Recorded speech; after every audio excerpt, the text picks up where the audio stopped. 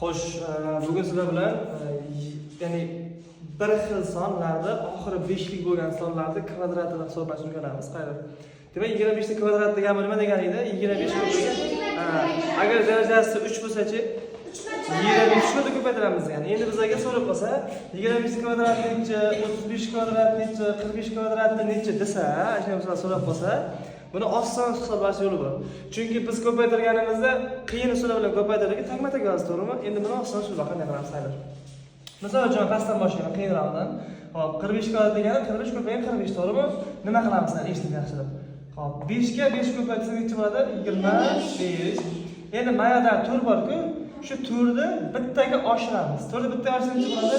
1 bittaga oshirsak 5 bo'ladi, to'g'rimi? Ana shu 5 ni ko'paytiramiz. 20. To'g'rimi? Mana, demak javob bo'ladi 2025. Endi 5 ga 5 ko'paytiramiz, necha bo'ladi? 25. Endi bu 3 ni ham bittaga oshiramiz. Necha bo'ladi? 4 bo'ladi. Shu 4 ni ko'paytirsak 12. 1225 bo'ladi. Endi savol 25 ni kvadrat hisoblangan necha bo'ladi? 5.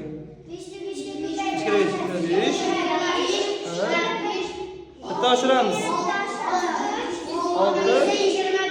625 to'g'ri. Demak mana 5 kara 5 bo'lsa 25 bo'ladi, to'g'rimi?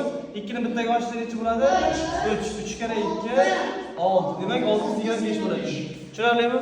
Xo'p, endi savol og'zdan hisoblaymiz. 55 ning kvadrati necha bo'lar ekan unda? 55 kvadrat 55. 50.